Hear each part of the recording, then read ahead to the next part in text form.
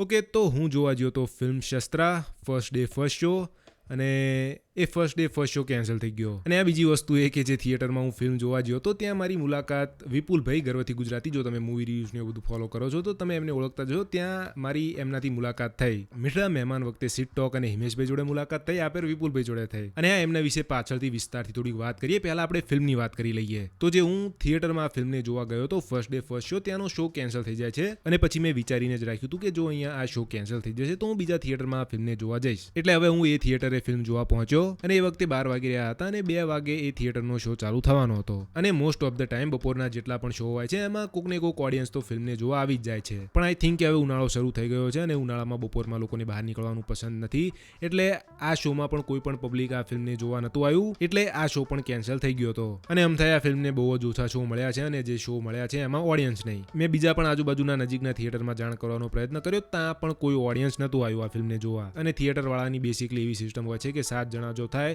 તો અમે શો ચાલુ કરશું, બાકી શો ચાલુ નહીં કરવી. પણ પીવીઆરના થિયેટર્સમાં એ સિસ્ટમ નથી. તે થિયેટર્સમાં ફક્ત એક ઓડિયન્સ પણ જોવા આવે તો પણ એ શોને ચાલુ કરી દેવામાં આવે છે, અને એ વસ્તુ મને પીવીઆર થિયેટર્સની બહુ ગમે છે. પણ મારા નજીકના પીવીઆરના થિયેટરની અંદર ક્યાંય પણ આ ફિલ્મને મોર્નિંગ કે બપોરનો શો નથી મળ્યો. જેટલા પણ મારા નજીકના પીવીઆર છે બધાની અંદર આ ફિલ્મને નાઇટના શો મળ્યા હતા. એટલે પછી હું ફિલ્મ જોયા વગર જ પાછો આવતો રહ્યો. એટલે જો પછી હું રાતના શો માટે રોકાઉં તો પછી મને ગામની કોઈ બસ ના મળે એવી સિચ્યુએશન થાય. અને ભાઈ મારું એવું છે કે જો શક્ય બને તો ફિલ્મને થિયેટરની અંદર જ જોઈ. જો થિયેટરની અંદર હું ફિલ્મને નહીં જોઉં તો હું રિવ્યૂ નહીં કરું. એ રીતનો મારો અત્યાર સુધીનો નિયમ હતો, પણ હું એ નિયમને તોડું છું. એટલે લેટ મી ટેલ યુ, મેં આ ફિલ્મને થિયેટર્સની અંદર નથી જોઈ, મેં આ ફિલ્મને ડાઉનલોડ કરીને જોઈ છે. હવે ફિલ્મના મેકર્સ મારા ઉપર ગુસ્સે થાય એની પહેલા let me explain my self. હું ફિલ્મને રિવ્યૂ કરવા માટે ઠેઠ 70 કિલોમીટર દૂર ફિલ્મને જોવા જાઉં છું, કારણ કે મારા નજીકના સિટીનું જે સિનેમા છે ત્યાં ગુજરાતી ફિલ્મો રિલીઝ નથી થતી. ત્યાં ફક્ત હિન્દી ફિલ્મો જ રિલીઝ થાય છે. કહેવા હું એ માંગુ છું કે જ્યારે તમે ફિલ્મને 70 કિલોમીટર દૂર તમે ફિલ્મને જોવા જાઓ રિવ્યૂ કરવા માટે, અને પછી તમે જે અવર જવર કરો એ અવર જવરમાં તમે એક્ઝોસ્ટ થઈ જાઓ, તમે થાકી જાઓ, અને બહુ બધા લોકો માટે હાર્ડ થઈ જાય, તમારી એનર્જી ડાઉન થઈ જાય એવું તમે કહી શકો છો. પણ મને આ કામ જરાય હાર્ડ કે અઘરું નથી લાગતું, મને આ કામ જરાય એક્ઝોસ્ટિંગ નથી લાગતું, અને મારામાં આ કામ માટે ફૂલ એનર્જી છે. રાજપૂત જેનેટિક્સ થાક મને એટલી ઇઝીલી નથી લાગતો. પણ પાછો હું ત્યાં પડી જાઉં છું કે ભાઈ પૈસા વપરાઈ જાય છે. હું અહીંયાથી ઠેઠ અમદાવાદ ફિલ્મ જોવા જાઉં, મને 360 રૂપિયાની અડે છે. 100 રૂપિયાની ટિકિટ, 100 રૂપિયાનું કંઈક ખાઈ લેવાનું, અને 160 રૂપિયા બસ અને રિક્ષાનું ભાડું. અને ભાઈ મારી માટે 360 રૂપિયા બહુ મોટી રકમ છે. મેં એક સમયે પોલિમર કાપડના કારખાનાની અંદર કામ કર્યું છે, જ્યાં આખો દી દાડી કરતા તમને 360 રૂપિયા દાડી મળે. પ્લસ અત્યારે હું એ પણ નથી કરતો. અને ભાઈ હું દર શુક્રવારે આ વસ્તુ અફોર્ડ કરી શકું છું, પણ જો હું શુક્રવારે ફિલ્મ જોવા જાઉં અને મને ફિલ્મ ના જોવા મળી તો પછી બીજા દી ફિલ્મને ફરીથી જોવા જવું એ હું અફોર્ડ નથી કરી શકતો. ચેતન ધનાનીને મેં ઇન્સ્ટાગ્રામ પર મેસેજ કર્યો કે યાર તમારી ફિલ્મ જોવા હું ગયો તો યાર મારા શો ચાલુ ના થયા. એમનો રિપ્લાય આવ્યો કે કાલે ફરીથી ટ્રાય કરજો ફિલ્મ જોવાનું. તો ચેતનભાઈ, જો તમે આ વિડીયો જોઈ રહ્યા હોય તો આઈ એમ રિયલી સોરી, મેં આ ફિલ્મને ફરીથી જોવાની ટ્રાય નથી કરી, અને મેં ફિલ્મને જુગાડ કરીને જોઈ છે. અને ભાઈ આ મારે નતું કરવું, પણ ના છૂટકે કરવું પડ્યું. અને આમ તો જો મારે આ ડાઉનલોડને લીગલ કરવું હોય તો હું તમને ડાયરેક્ટ ટિકિટના પૈસા આપી શકું છું આ ફિલ્મના પ્રોડ્યુસરને, જેનાથી આઈ થિંક મારું ડાઉનલોડિંગ લીગલ થઈ શકે છે. હું તમને જે પણ એક ટિકિટના પૈસા થતા છે એ પૈસા તમને આપી દઈશ, એટલે આ ડાઉનલોડિંગ પછી લીગલ થઈ જશે. અને આઈ થિંક પ્રોડ્યુસરને એવું કરવું જોઈએ, કારણ કે જો હું 100 રૂપિયાની ટિકિટ લઈને થિયેટરમાં ફિલ્મ જોવા જાઉં તો એમાંથી 15% તો સરકાર ટેક્સ લે છે, એમાંથી 50-50નું માર્જિન થિયેટર અને પ્રોડ્યુસર વચ્ચેનું. જો તમે મારી જોડેથી ડાયરેક્ટ ટિકિટના પૈસા લઈ લેશો તો તમારે ટેક્સ પણ નહીં દેવો પડે, થિયેટરવાળા જોડે પણ માર્જિન શેર નહીં કરવું પડે, કારણ કે મેં આ ફિલ્મને થિયેટરમાં જોઈ જ નથી. એટલે જો તમારે મારી સાથે આવું કંઈ કરવું હોય તો તમે કરી શકો છો, કાં તો પછી તમે મને ડાઉનલોડિંગના ગુનામાં કેસ કરી શકો છો. અને કેસ થશે તો શું થશે? પોલીસવાળા જેલમાં નાખી દેશે, 1-2 ધોકા મારશે, રહી આવશું જેલમાં, બીજું તો શું? કારણ કે જો હું રિવ્યૂઝ નહીં કરું ને આવી સિચ્યુએશન ચાલુ રહી તો પછી મારી ચેનલ ડેડ થઈ જશે. તો again really sorry to the makers of this film and producers of this film. I have to watch this film illegally. મારે પણ આ ફિલ્મને આ રીતે નથી જોઈ, પણ ના છૂટકે મેં જોઈ. હવે let's review the film. Okay, સૌપ્રથમ did I like the film? Answer is no. કેમ નો એની વાત આપણે આગળ કરીશું, પણ એની પહેલા ફિલ્મની અંદર મને શું ગમ્યું એની વાત કરી લઈએ. પહેલી વસ્તુ કે ફિલ્મનો જે કોન્સેપ્ટ હતો, ફિલ્મનો જે આઈડિયા હતો એ બહુ જ સરસ હતો. કે ભાઈ કોઈક હેકર છે જે ઇન્ટરનેટની સ્કેમ કરવાવાળી ટેકનિકને વાપરીને લોકોના ફોન હેક કરે છે અને લોકોના ફોન બ્લાસ્ટ કરે છે, અને એને પકડવાની એક આખી પ્રોસેસ આપણને આ ફિલ્મની અંદર જોવા મળે છે. અને આ જે આઈડિયા હતો, આ જે કોન્સેપ્ટ હતો એ બહુ જ સરસ હતો. અને આવી ફિલ્મ જેમાં આપણને કંઈક અલગ અને કંઈક નવું જોવા મળે છે, અને કંઈક અલગ કરવાની ટ્રાય કરી, જે એક અલગ વસ્તુ બનાવવા માટેનો એફોર્ટ હતો, જે મહેનત હતી, એના માટે ફિલ્મના મેકર્સની ફૂલ રિસ્પેક્ટ કે ભાઈ ચલો કંઈક અલગ કરવાની ટ્રાય કરી. તો એ જે એફોર્ટ હતો અને એ જે મહેનત કરી એના માટે હું આ ફિલ્મના મેકર્સના ફૂલ વખાણ કરીશ. અને એ સિવાય ફિલ્મ ટેકનિકલી પણ ઠીકઠાક હતી, ખરાબ તો નથી. અને આ અમુક વસ્તુ ઇન માય ઓપિનિયન ફિલ્મના પોઝિટિવ પોઈન્ટમાં તમે રાખી શકો.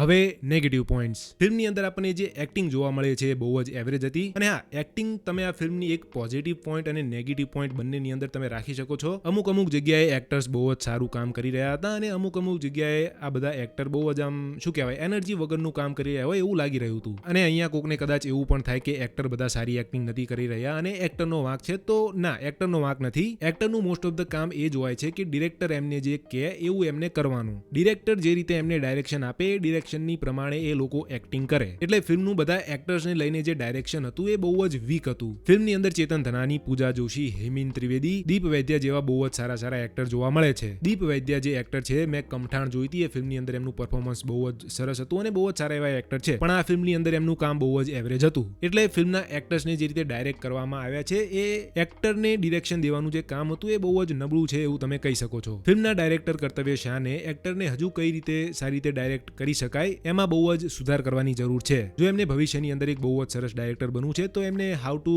ડાયરેક્ટ એક્ટર શીખવું પડશે. અને not only direction in acting, overall direction of the film is pretty weak. ફિલ્મની જે સ્ટોરી જે છે મને થોડીક સારી લાગી, પણ સ્ક્રીન પ્લે ની અંદર એને બહુ જ લંબાવી નાખવામાં આવી છે, જેના લીધે આ ફિલ્મ 2 કલાક અને 22 મિનિટની રન ટાઈમની બને છે, જે એક બહુ જ લાંબો રન ટાઈમ બની જાય છે. તમે આ સેમ સ્ટોરી 90 મિનિટના રન ટાઈમમાં પણ બનાવી શકત. તમે 90 મિનિટના રન ટાઈમની પણ તમે આ સ્ટોરીને કહી શકત. ફિલ્મ ઘણી બધી જગ્યાએ બહુ જ બોરિંગ બની જાય છે અને ફિલ્મના સ્ક્રીન પ્લે ની અંદર બહુ જ અનનેસેસરી એવી વસ્તુ પણ નાખવામાં આવી છે, જે ફિલ્મને ઘણી બધી જગ્યાએ જોવામાં બહુ જ અનઇન્ટરેસ્ટિંગ બનાવે છે. અને ભાઈ આ રીતેની ફિલ્મોમાં ઘણી બધી વખત ઓડિયન્સને તમારે બહુ બધી ઇન્ફોર્મેશન દેવી પડે છે, જેથી ઓડિયન્સને ફિલ્મ સમજાય કે ભાઈ ફિલ્મની અંદર આ વસ્તુ થઈ, તો ઘણી વખત એ વસ્તુને એક્સપ્લેન કરવા માટે તમારે ફિલ્મની અંદર ઇન્ફોર્મેશન એડ કરવી પડે છે. અને ઘણી વખત આ રીતની ફિલ્મોમાં ઘણી બધી વખત એવું થાય છે કે ઇન્ફોર્મેશનના લીધે એ ઇન્ફોર્મેશન જ્યારે આપવામાં આવે છે ત્યારે એ સેગમેન્ટ બહુ જ બોરિંગ બની જાય છે, જેને તમે ઇન્ફોર્મેશન ડમ્પ કહી શકો છો. જે જોતા તમને લાગે તો છે કે ભાઈ જે તમે કહેવાનો પ્રયાસ કરી રહ્યા છો એ સમજી ગયા, પણ એમાં મજા જરાય નથી આવી રહી. અને બીજો એક સ્ક્રીન પ્લેનો નેગેટિવ પોઈન્ટ તમે એ કહી શકો છો કે ફિલ્મની અંદર અમુક બહુ જ, અને આ વસ્તુ કદાચ બધાને પ્રોબ્લેમ નહીં લાગે, પણ મને આ વસ્તુ પર્સનલી જોવી નથી ગમતી કે ભાઈ એક સીન છે જ્યાં બહુ જ ઇન્ટેન્સ સિચ્યુએશન ચાલી રહી છે અને ત્યાં તમે ફોર્સફુલી કોમેડી એડ કરો છો, જેની કોઈ પણ જરૂર નથી હોતી. અને એ વસ્તુ આપણને આ ફિલ્મની અંદર બહુ જ જોવા મળે છે, જેનો હું પર્સનલી બહુ મોટો ફેન નથી, પણ ઘણા બધા લોકોને એ વસ્તુ ગમી શકે છે. પણ હું આ ટાઈપની સ્ટોરી ટેલિંગનો બહુ મોટો ફેન નથી. હું આ ફિલ્મને દઈશ 4.5 આઉટ ઓફ 10. ફિલ્મનો આઈડિયા અને કોન્સેપ્ટ બહુ જ સરસ હતો. ફિલ્મના મેકર્સનો જે એફોર્ટ હતો કંઈક ડિફરન્ટ જોનરાની અંદર ટ્રાય કરવાનો, એના માટે ફૂલ રિસ્પેક્ટ. પણ ફિલ્મની ઓવરઓલ પ્રેઝન્ટેશન બહુ જ વીક હતી. જો તમે આ ફિલ્મને જોયું હોય તો તમને આ ફિલ્મ કેવી લાગી, તમારા આ ફિલ્મને લઈને શું વિચાર છે મને કોમેન્ટ કરી જરૂર કહેજો. ફિલ્મના ડાયરેક્ટર, રાઇટર, એક્ટર્સ, પ્રોડ્યુસર અને ઓવરઓલ બધા મેકર જોઈ રહ્યા હોય તો મને તમારાથી કોઈ પણ નફરત નથી. તમને એવું થાય કે ભાઈ કેમ આ ભાઈ અમારી ફિલ્મને ખરાબ રિવ્યૂ દઈ રહ્યો છે, હું અહીંયા મારો પર્સનલ ઓપિનિયન આપી રહ્યો છું. જો તમે એનાથી એગ્રી નથી કરતા તો આઈ એમ રિયલી સોરી. મારા ફિલ્મના રિવ્યૂનો ઉદ્દેશ્ય ફિલ્મના ડાયરેક્ટરને કે મેકર્સને કોઈ ઠેસ પહોંચાડવાનો નથી હોતો, પણ જો કદાચ તમને મારા રિવ્યૂથી ખોટું બોટું લાગી જાય તો આઈ એમ રિયલી સોરી. મારો એ ઇન્ટેન્શન નથી હોતો. અને ભાઈ હવેથી તો હું ફૂલ ટ્રાય કરું છું કે હું એ રીતે ક્રિટિસિઝમ દઉં કે ભાઈ લોકોને ખોટું પણ ના લાગી જાય અને હું મારું ક્રિટિસિઝમ પણ દઈ શકું. સાપ ભી ના મરે ઓર લાઠી ભી ના તૂટે. તો બસ આ હતું મારું રિવ્યૂ. આઈ હોપ કે તમને મારું રિવ્યૂ ગમ્યું હશે. અને જો તમારે ખાલી આ ફિલ્મનું એક રિવ્યૂ જોવું હતું તો તમે હવે આ વિડીયોને બંધ કરી શકો છો. પણ વિડીયો હજી પૂરો નથી થયો અને હવે આપણે વાત કરીશું મારી જે વિપુલભાઈ હારે મુલાકાત થઈ, ગર્વથી ગુજરાતી વિપુલ રિવ્યૂઝ. વિપુલભાઈને તમે ના ઓળખતા હોય તો આઈ થિંક જો તમે રિવ્યૂઝને એવું જોવાનું પસંદ કરો છો ગુજરાતીની અંદર તો તમે એમને ઓળખતા જ છો, પણ કદાચ જો તમે એમને ના ઓળખતા હોય તો એ પણ મારી જેમ એક રિવ્યુઅર છે. અને હું આ ફિલ્મને જે થિયેટરમાં ફર્સ્ટ ડે ફર્સ્ટ શો જોવા ગયો તો ત્યાં મારી મુલાકાત એમની જોડે થઈ ગઈ હતી. મીઠરા મહેમાન વખતે મેં સિટ ટોક અને હિમેશભાઈને મળી લીધું. આ વખતે મેં વિપુલભાઈને મળી લીધું અને મેં એમની જોડે ઘણી બધી વાત કરી, ઘણી બધી ઇન્ટરેસ્ટિંગ વાત કરી અને એમની જોડે વાત કરવામાં મને ઘણી બધી મજા આવી. એમને મને મારા કોન્ટેન્ટ લઈને પણ ઘણી બધી એડવાઇસ દીધી કે ભાઈ મારે આ કરવું જોઈએ, મારે તે કરવું જોઈએ. અને એ કાઇન્ડ ઓફ એડવાઇસ મી કે ભાઈ how can I improve my content and it was really nice of him. અને ખરેખર મને એ ખૂબ જ ગમ્યું. અને બીજી એક વસ્તુ વિપુલભાઈને લઈને એ પણ છે કે એ મારી જેમ એક પહેલા ફિલ્મ મેકર છે અને પછી એ એક રિવ્યુઅર બન્યા છે. એમને અત્યાર સુધીમાં ટોટલ 3 ફીચર ફિલ્મ બનાવી છે, જેમાંથી એક રિલીઝ થઈ હતી. 2 ફિલ્મો હજી સુધી રિલીઝ નથી થઈ શકી. પ્લસ એ એક સ્ટેજ ડાયરેક્ટર છે જેમને ઘણા બધા પ્લે બનાવ્યા છે. અને એમને એક મલ્હાર ઠાકરને લઈને પણ બહુ જ સરસ વાત કીધી કે ભાઈ મલ્હાર ઠાકર જ્યારે એક બહુ જ ફેમસ એક્ટર હતા ત્યારે એમના થિયેટરના નાટક માટે કામ કરી ચૂક્યા હતા 2008ની અંદર, જ્યારે મલ્હાર ઠાકર પોપ્યુલર નતા. પ્લસ એવી ઘણી બધી અમે વાતો કરી, ઘણી બધી વસ્તુઓને લઈને, અને ઘણી બધી વસ્તુઓ મને એમનાથી શીખવામાં મળી.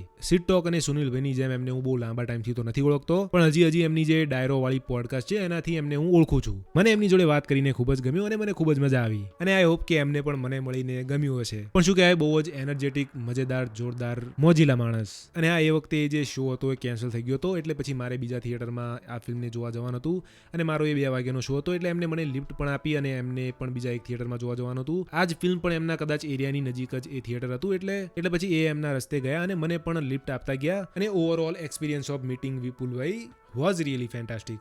જો તમે એ લોકોમાંથી છો જે હજુ વિપુલભાઈને નથી ઓળખતા, તો તમે એમની ચેનલ ચેક કરી શકો છો. હું એમની લિંક ડિસ્ક્રિપ્શનની અંદર આપી દઈશ. Do check it out his channel. એ પણ બહુ જ જોરદાર એવું કામ કરે છે. અને બસ, થેન્ક્સ ફોર વોચિંગ.